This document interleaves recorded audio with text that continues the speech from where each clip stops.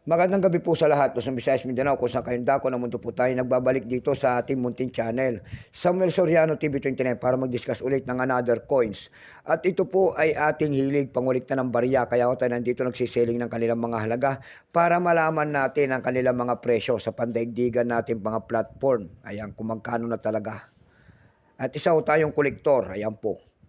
Magandang gabi po sa lahat ng aking mga subscriber dyan. Kung saan kayong dako ng mundo po, keep safe po sa lahat and God bless. Maraming salamat po sa lahat ng aking mga subscriber dyan. Thank you so much. Yun naman po mga senior citizen na nanonood dito sa aking munting channel. Kung saan kayong dako ng mundo po, God bless din po and take care. Ayan, yun naman po hindi pa po nakapag-subscribe dito sa aking munting channel. Ayan, anyayaan ko sana kayo at malaking tulong na po ang inyong gagawin. Tulad ng pagpindot ng ating subscribe button, like and share para ma-update naman po kayo sa mga latest ko pang gagawin mga video po. Meron naman tayong pag-usapang barya. Ayan, ang ating pag-usapang barya, punong-puno na po ng pakikipagdigma.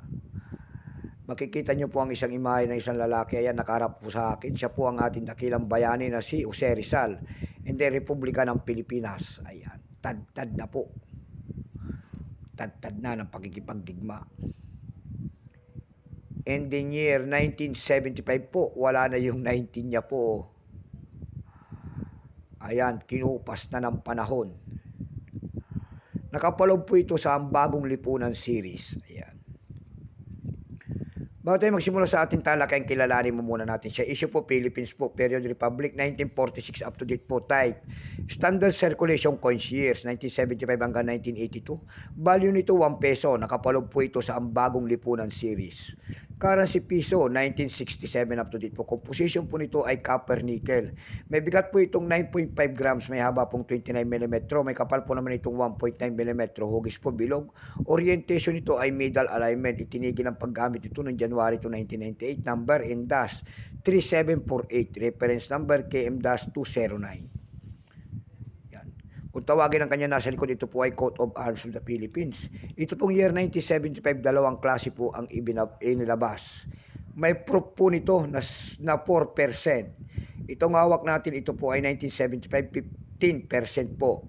Kung ilang piraso naman ang ginawa sa barya na ito po ay 40 million lamang. May price na po ito doon sa ating numista.com, yung kanyang verifying 31. Extra fine 31, almost uncirculated nito ay 52 pesos na. Uncirculated naman po ay nagkakahalaga na po ng 61 pesos. Doon sa eb.com, wala na tayo nakita nagbebenta doon. Ayan. At ito po yata ay pinaka-low mintage. Ayan po. Yung 1975 kasi kauna-una ang year po ito. Doon sa ang ating bagong lipunan series. Doon lang tayo nakakita ng presyo sa Carousel PH po. Ayan. Sa Carousel PH, nakakita ko tayo nagbebenta doon ng 500 pesos per piece. Mayroon na rin nagtitinda doon ng 450 pesos.